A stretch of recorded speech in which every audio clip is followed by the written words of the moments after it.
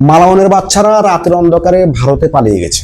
38 বছর আগে 1927 সালে ব্রাহ্মণবাড়িয়ার নিজারাবাদ গ্রামে দরিদ্র শশাঙ্ক দেবনাথের পরিবার নিখোঁজ হওয়ার পর পুরো গ্রামকে ঠিক এই গল্পটাই বিশ্বাস করানো হয়েছিল। কিন্তু 2 বছর পর 1989 সালে দুপাজুড়ি বিলে ভেসে উঠলো দুটো তেলের ড্রাম। চুন আর লবণ দিয়ে মুখ ভরা সেই ড্রাম দুটো খুলতেই বেরিয়ে এলো শশাঙ্কের স্ত্রী বিরজাবালা আর তার 5টি সন্তানের পচা গলা লাশ। সম্পত্তি দখলের লোভে প্রতিবেশী কসাই তাজুল ও তার দলবল এই পুরো পরিবারটাকে নিশ্চিহ্ন করে দিয়ে গ্রামে ছড়িয়ে দিয়েছিল মিথ্যা রটনা। ঘটনার ঠিক 2 বছর পরে সত্যটা বেরিয়ে আসলো। কাঠগড়া দাঁড়িয়ে ঘাতক তাজুল সেই মর্মান্তিক হত্যাকাণ্ডের যে লোমহর্ষক বর্ণনা দিল তা শুনে পুরো দেশের মানুষ স্তব্ধ হয়ে গিয়েছিল।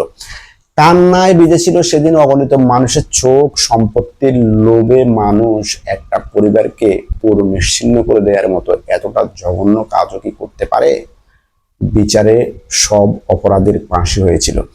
ঘাতক তাজুলের লাশ যখন কারাগার থেকে বের করে আনা হয়েছিল তখন মানুষ তার লাশের উপর থুথু নিক্ষেপ করেছিল, জুতা পেটা করেছিল। 38 বছর পর কি আবার সেই ইতিহাসের পুনরাবৃত্তি হতে চলেছে? নিজারাবাদের সেই ভয়ঙ্কর ক্ষত না শুকাতে আজ শিক্ষক গণপতি চক্রবর্তী ও তার পুরো পরিবারকে নৃশংসভাবে খুন হতে হলো। আর এবারও সেই একই চিত্রনাট্য দায় এড়াতে সাজানো হচ্ছে ইয়াবা আর শশা খেজুর খাওয়ার গল্প।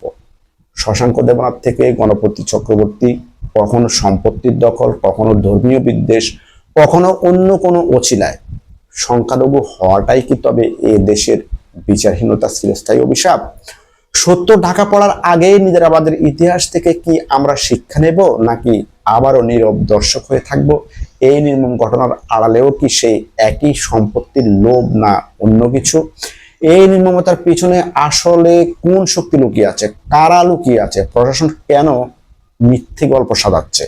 এই সত্য কি আদৌ জাতি জানতে পারবে?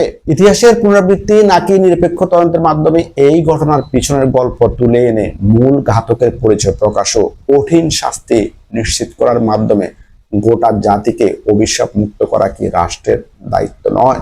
রাষ্ট্র কি সেই পথে আগাবে? আপনার মতামত কমেন্টে জানাতে পারেন। ধন্যবাদ।